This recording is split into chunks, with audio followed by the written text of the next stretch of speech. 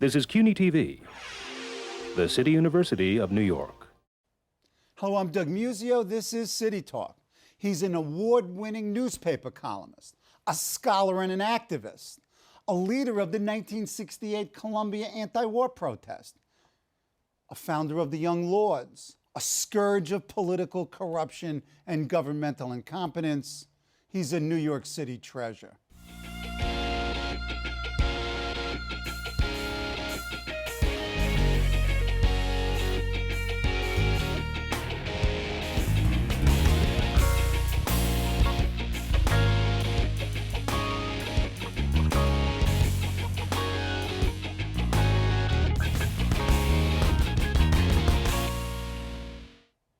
He's Juan Gonzalez, a staff columnist for the New York Daily News, a two-time winner of the George Polk Award for commentary, the second for a series of columns in the Daily News which exposed criminal acts connected with Mike Bloomberg's City Time project, leading to the indictment of 4 consultants for fraud, and the investigation continues.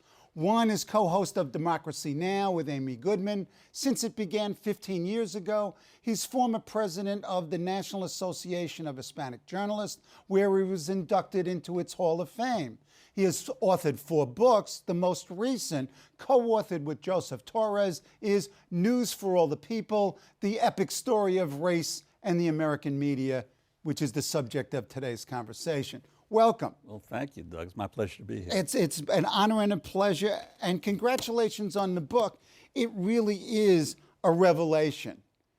Let's talk about the genesis of this book. Why did you write this book? What was the purpose of you writing it?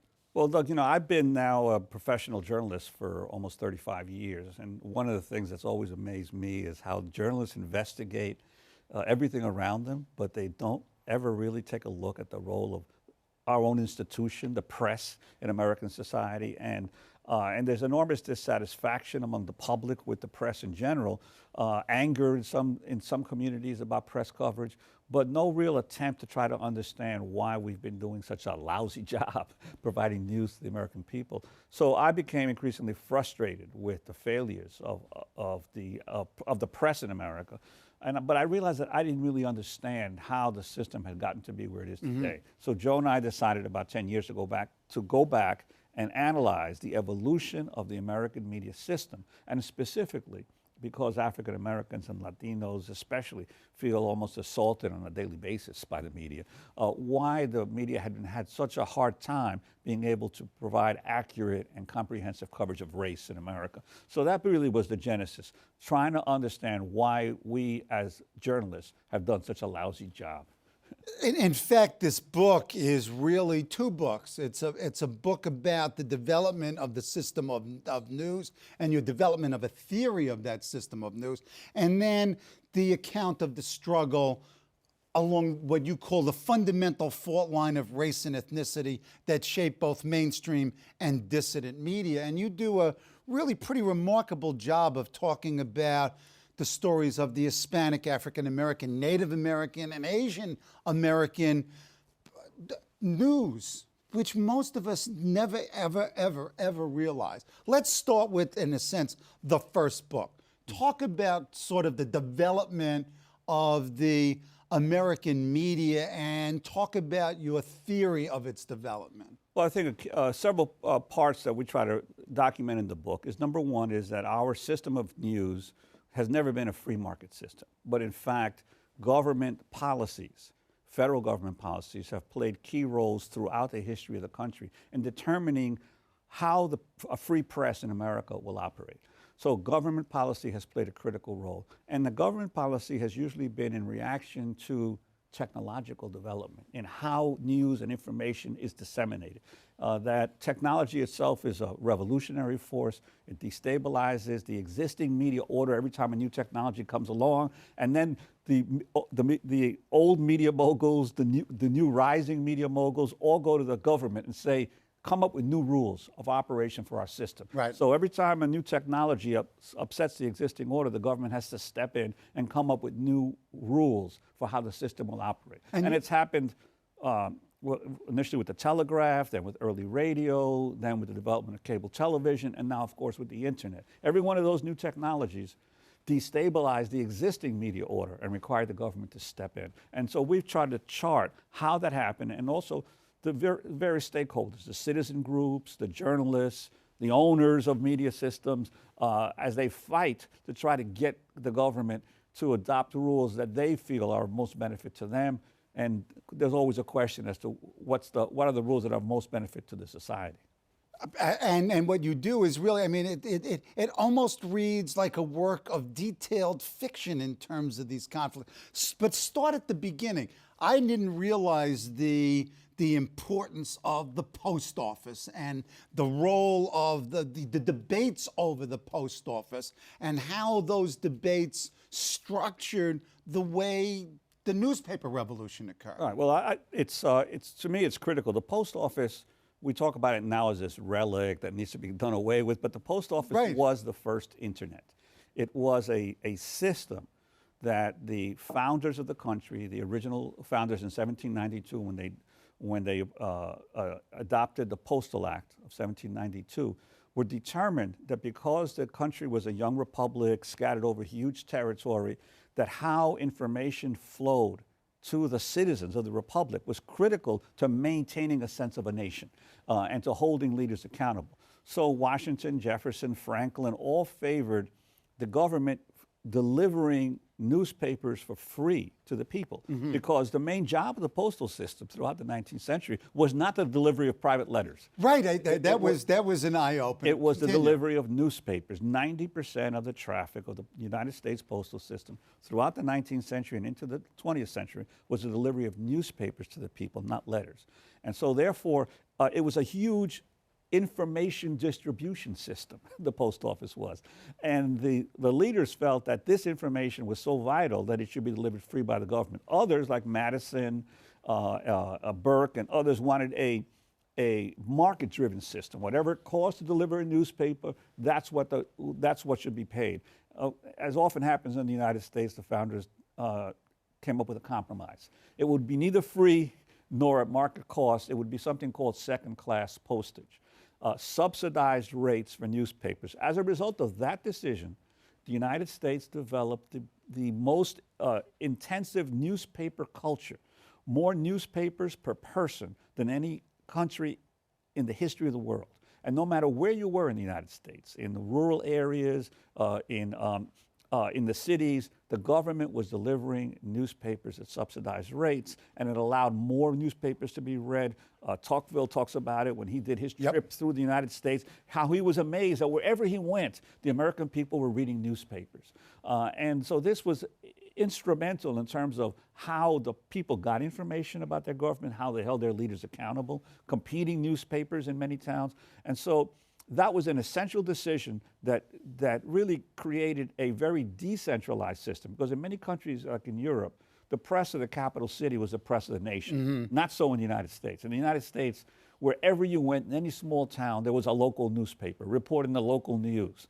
And the leaders, the political leaders, made sure that the press of the big cities did not overwhelm the local press, because they charged lower distribution rates in state than for papers coming from out of state. So there were government debates and Congress over subsidies almost every year throughout the 19th century, because they were not debates over subsidies. They were debates over how does information flow in a democracy. So that's what the first of what you and others have called constitutive moments. Right. Another one occurs with the rise of the telegraph and then into radio, et cetera. Just walk us through some of these key moments as it relates to your theory about the central importance of governmental policy in the construction of the media. Well, for instance, when Samuel Morse develops the telegraph, first of all, the first telegraph line is strung by Morse with a congressional subsidy. So the government subsidizes the first telegraph line.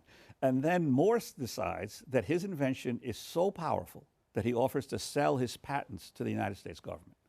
Debate ensues in Congress. Should the government run the telegraph like it did the post office? This time, the forces of the market rule, and Congress decides no. So therefore, all kinds of competing telegraph companies develop in the mid-19th century. But by 1867, one company has bought up all the others. That becomes the first industrial monopoly in the United States. It's called Western Union.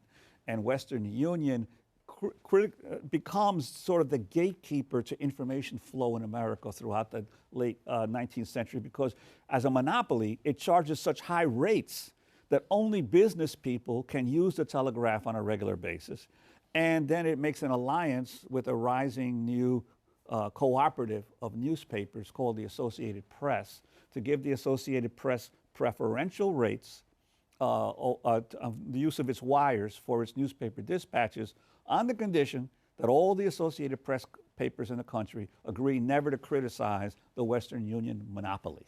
So you had the creation in the late 19th century of an information cartel of the Western Union Company and the Associated Press that dominated late 19th century information flow in America, and really held sway until the early 20th century, when a new technology comes along, destabilizes that order. That technology is called radio. Thousands of amateur radio operators take to the airwaves, broadcasting African Americans, Latinos are on early radio, broadcasting music and shows. A huge diversity of opinion and viewpoints holds sway. Very decentralized media system again. But then what happens? Congress steps in again. And through the Federal Radio Act of 1927 and the Federal Communications Act of 1934, it re-centralizes the system under the control of two rising new radio networks known as NBC and CBS. So our system went from a decentralized newspaper system to a centralized AP Western Union system to decentralized radio in the early days, back to centralized with CBS and NBC, which came to dominate everything until a new technology arises, because television was an extension of radio. The same networks controlled TV that controlled radio, cable television. And cable, once again, decentralizes information flow in America, because every local city has to approve a franchise. Many new companies operated. But what happens? Much like in the Western Union period, by the late 20th century, two cable companies had come to dominate the market in the United States, owning about 50% of all the cable systems in America. Those two companies are Comcast and Time Warner. So you see this battle back and forth as the technology comes in, upsets the existing order, government establishes new rules, and debates occur. Is the public better served by a decentralized local system of news, or is it better served by a centralized system of news? In some sense, the key question in the book is, are information needs of a democracy best served by a centralized or a decentralized system? You come to the inexorable conclusion that it's best served by a decentralized, autonomous local system. What do you mean best served? Well, in that the public gets a wider diversity of viewpoints. Marginalized groups within a society have the opportunity to own their own media and to be heard. So, for instance, every time the system of news in America became more decentralized, African Americans, Latinos, Native Americans had a greater opportunity to be heard. Every time it became centralized, they were shut out. And so that so for dissident viewpoints, for ethnic or minority viewpoints, the system is always better when it is least controlled from the top. Okay, we're going to hold off till the end, if you will, on the internet, because the internet really has analogs to the AP, Western Union, and this whole theme. But let's go to the second book, the story about how the media has played a pivotal role in perpetuating racist views in the United States. Right. Well, we contend that if journalism is the first draft of history, then newspapers were the primary authors of the white racial narrative in American society. Which is? That, in fact, that people of color were this other, this enemy to be feared, and this threat to the European settlers. And we go back to the first newspaper in America. Do it. Public Occurrences, 1690. Benjamin Harris, an Anabaptist publisher from England, sets up a paper in 1690 in the Massachusetts colony.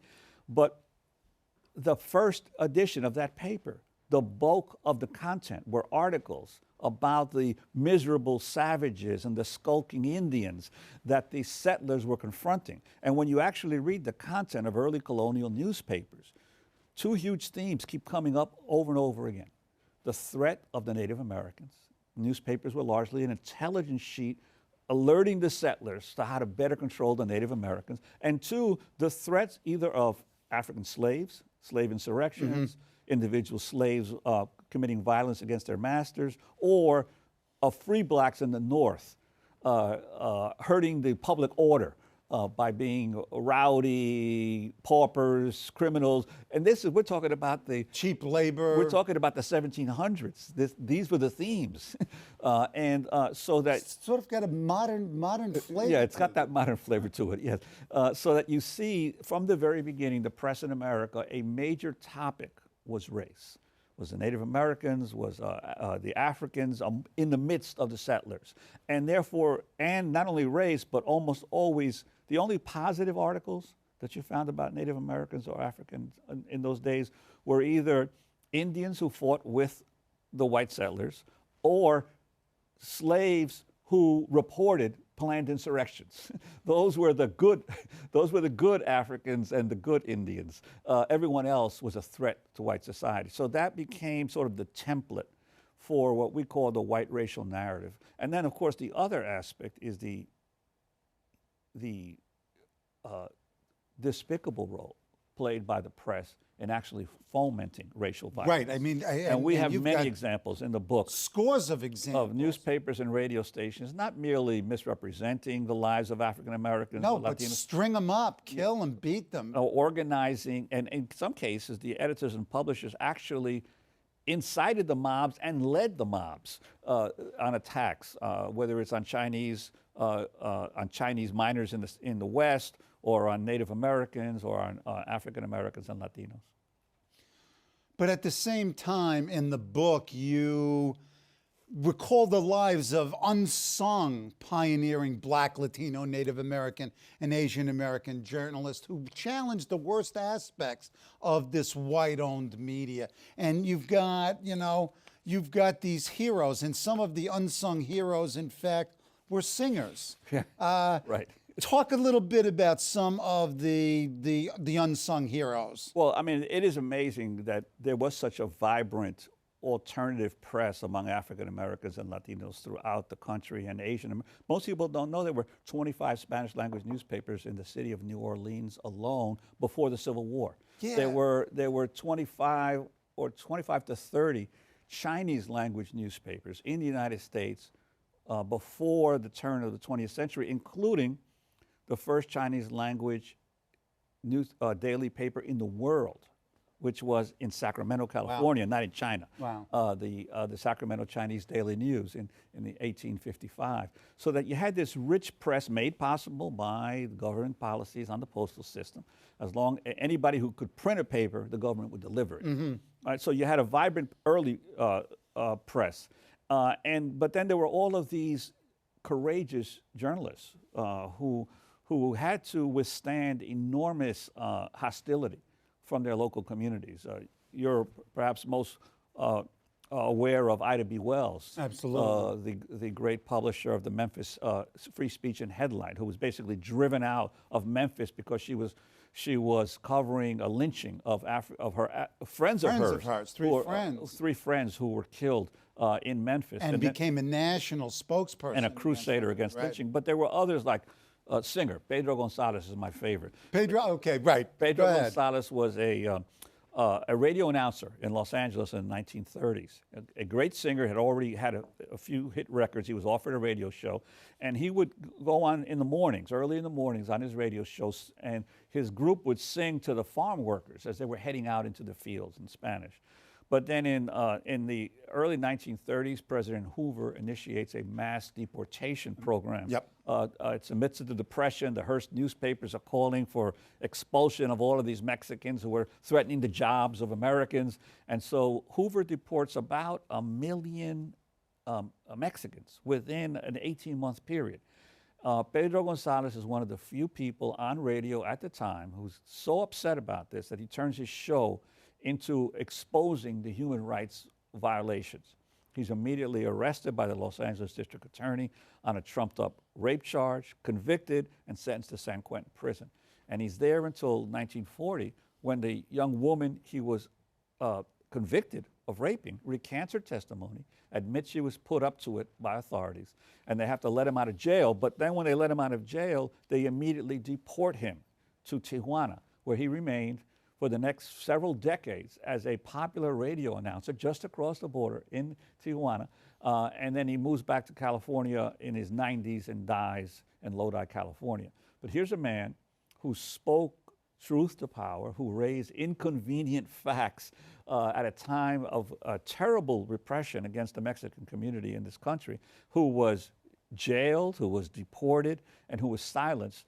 To me, he's a hero of the American press. To most journalists, he's unknown. Right. To most people in the American public, he's unknown. And just like Pedro Gonzalez and David Ruggles and Frederick Douglass and Jovita Idar, and there's so many others journalists who risked their lives and their careers trying to put out a different perspective on the press in America. And there are many, many who were either jailed, who had their papers burned down. And yet they're hardly, you don't hear about them in the histories of the press in America. But you hear about Hearst and Pulitzer and Scripps and sounds like the white guys. You know, and you hear about the moguls who made a lot of money off the press. You don't hear about the courageous journalists who tried to say stuff that others didn't want to hear. And one of whom was Benjamin Franklin, Yes. which I had no idea. Yes, Benjamin Franklin was a true hero. In the 1750s, when there was a massacre of Native Americans in the Pennsylvania colony, and the two newspapers in Philadelphia were not covering the matter at all, including one that Franklin had founded but then sold. Franklin then publishes a pamphlet exposing this massacre of the Native Americans by some of the white settlers of the Pennsylvania colony. And Franklin, of course, later turned to be a huge advocate of the abolition of slavery in America. And so there are many white journalists who also stood up against these kinds of injustices. And we highlight some of them as well. But unfortunately, the vast majority of the press only helped to perpetuate this white racial narrative. Okay, let's now turn to the current day. Let's turn to the internet, net neutrality. There's a lot in common with what you saw throughout the history here. And you ask really a key question on page 345. Has the digital revolution ignited a parallel social revolution in which every citizen now can become a publisher, as some claim? Or is cyberspace already evolving, like the telegraph, radio, and cable, another way for entrenched powers to exercise that power? Yeah, well, I think that's the critical question we're facing today, is that with this new technology and this new evolution of our media system, where the internet now is the merger of all previous mediums, print, voice, and video, and also the highly decentralized system that originally developed with the internet, will that continue?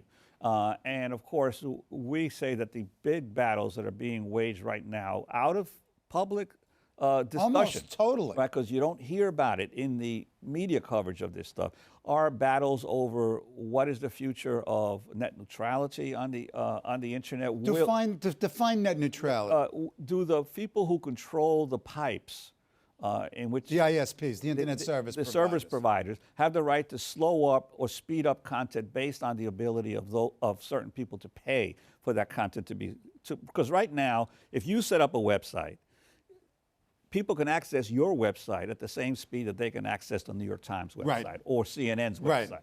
But probably much to the consternation of those folks. But folks. if net neutrality is removed, then the New York Times or Google or CNN will be able to pay the service providers to download and upload their content faster than the ordinary citizen. So this is a new digital divide. It's not necessarily access to the internet, but access to high-speed internet. Well, yes, but it also becomes, because increasingly as more and more video is on the internet, your gaming and so forth, the ability of other voices to become the next Facebook or become the next Google or Amazon becomes now a problem if net neutrality is abolished. Now, the Obama administration initially was a fervent supporter of net neutrality because the internet helped Obama get elected. Absolutely. But once the administration came in, they divided the baby in half. They agreed to maintain net neutrality for wired internet service providers, the cable companies and the phone companies, but not for wireless. So that AT&T and Verizon and the smartphone, those who send you information through smartphones can now begin discriminating on their networks. And I think increasingly, obviously, all you need to do is walk down the street to know how most people will be receiving their information in the future, because everybody's on a smartphone. Right. So that therefore that's become a huge issue, that the Obama administration only delivered half of net neutrality, not the whole part. Yeah, and I just read that Comcast is looking to change the rules of the game, increase pricing for data and other services. Right. And you know, this is a period of contention. Talk about give me the dystopian view here. Well, one other part about that, I think with an issue that's very important to, especially since we're on a cable channel, is the run by Time Warner, is the future of public access. Okay. Right. Public access was created originally.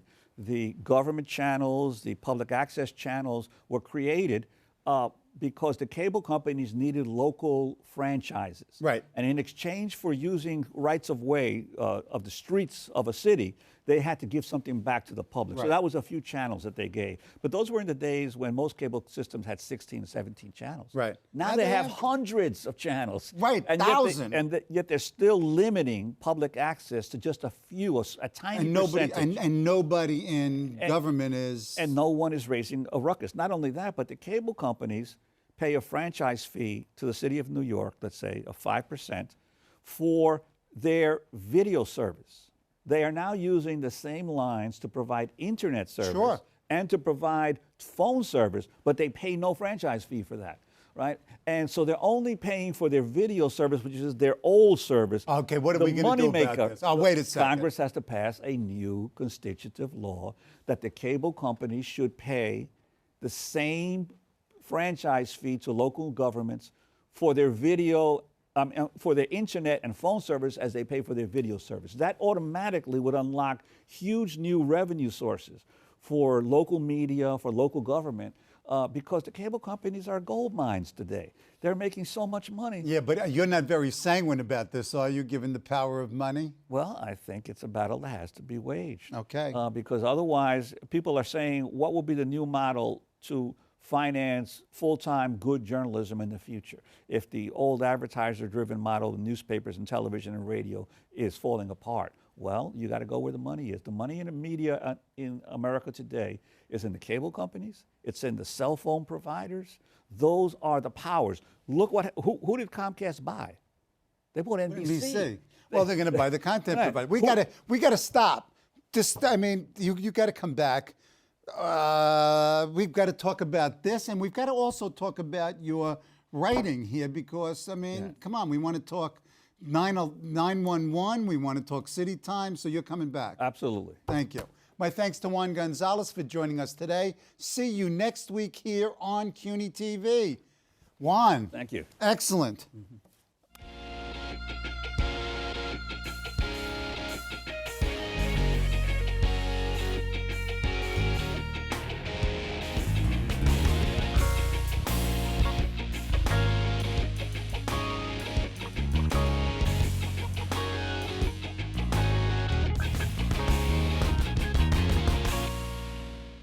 Hello, I'm Doug Muzzio. Let us know what you think about this show. You can reach us at CUNY.TV. When you get there, click on the bar that says Contact Us and send your email.